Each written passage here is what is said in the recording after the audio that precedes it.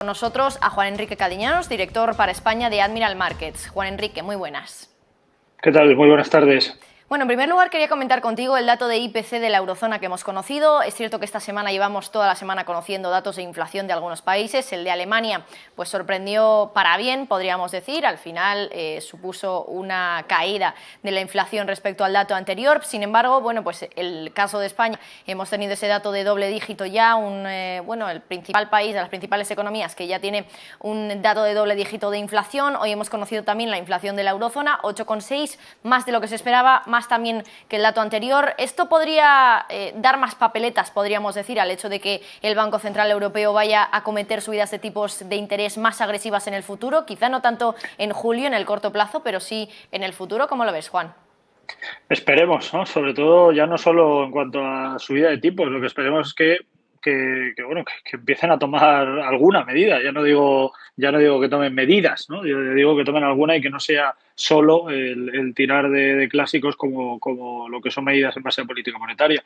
Pero lo que espero es que esto suponga, lógicamente, un toque de atención real, ¿no? Porque la situación es complicada, ya lo hemos dicho en muchas semanas, llevamos muchos meses diciendo que la situación es muy diciil, es una situación frágil, ya no solo por el IPC, también por la deuda. Hablamos de España con una deuda sobre el PIB del 120%. Esto, parece mentira que estemos diciendo estas cifras y que no haya un plan de acción al respecto. Esto me parece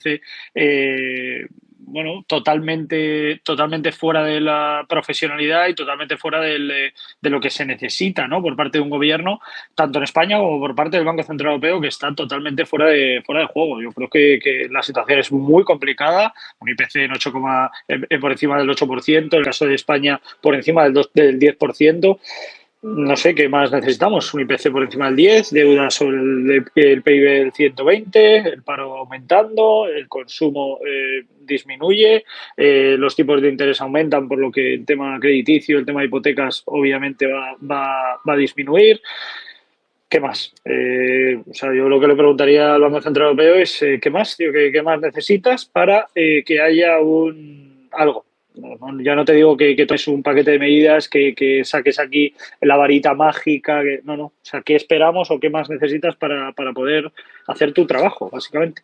Luego nos dirán que en España, por ejemplo, o en el Banco Central Europeo, nos dirán y nos comentarán por activa y por pasiva, ya lo veréis, os lo adelanto ya, que es que la culpa de todo esto la tiene el precio del petróleo, la culpa de esto la tiene la situación del gas, la culpa de todo esto la tiene la pandemia, la culpa de todo esto la tiene la guerra de Ucrania.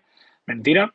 Es verdad que parte de razón hay en cuanto al COVID, es verdad que parte de razón hay en cuanto a la subida del petróleo, en cuanto a la guerra de Ucrania, es verdad que parte de responsabilidad sí que tiene, pero la inacción que llevamos meses y que llevamos años sin hacer, tanto por parte del gobierno español como por parte del Banco Central Europeo, también son claros responsables de la situación actual. Por lo tanto, que no nos mientan, que no nos engañen y que den la cara y que lógicamente hagan su trabajo.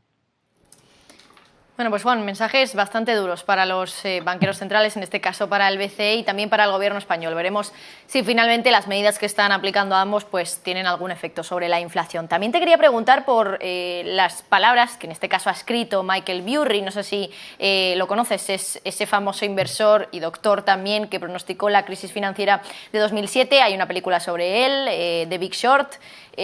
Claro, ahora mismo lo que ha dicho en su cuenta de Twitter, uno de los tweets que ha puesto en las últimas horas, estaría pronosticando que el mercado bajista de momento continúa más o menos a medio camino, es decir, que todavía nos queda mercado bajista. Hemos conocido en las últimas horas también el dato de que se trata del peor primer semestre, la peor primera mitad de año desde hace 50 años, desde 1970. ¿Cómo ves un poco el panorama en los mercados teniendo en cuenta lo que ha dicho Michael Burry, que podríamos tener todavía mercado bajista para rato, y ese dato que hemos conocido de que es el peor mercado, el peor SP500 en este caso desde 1970?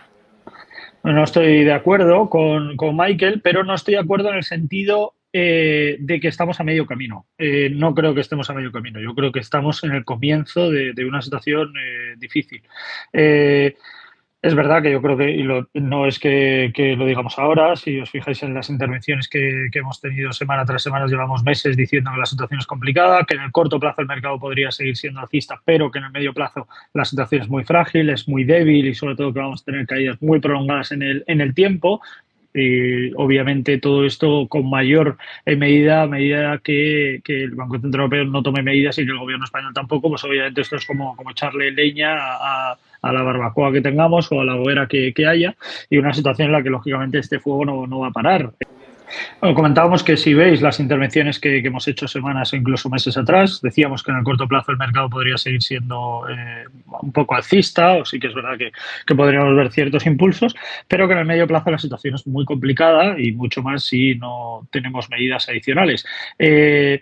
Como decía, no estoy de acuerdo en cuanto a que estemos a medio camino. Estoy de acuerdo en que estamos en camino bajista, pero no a medio camino. Yo creo que estamos en un comienzo es verdad que nos encontramos a las puertas de una recesión que va a ser importante, sobre todo porque hablamos de deuda, no hablamos de un sector concreto. Cuando vivimos en el año 2008 hablamos de una crisis inmobiliaria, una crisis hipotecaria, una crisis bancaria, que va enfocado especialmente al sector financiero, pero el problema que tenemos ahora es mucho mayor, porque ya no solo perjudica a un solo sector, sino que perjudicará a muchos por un problema de deuda, por un problema de consumo, por un problema de empleo, que al final es un poco la rueda cíclica, ¿no? A mayor desempleo, menor dinero para consumir, menos dinero, menos consumo, menos empleo, y esa rueda no para de girar. Lo que tenemos que hacer con ese tridente es que el gobierno o el Banco Central Europeo tome medidas para romper una de esas tres conexiones. Mientras no haya medidas, esa rueda seguirá girando y cada vez a mayor velocidad. Esto es como una bola de nieve, ¿no?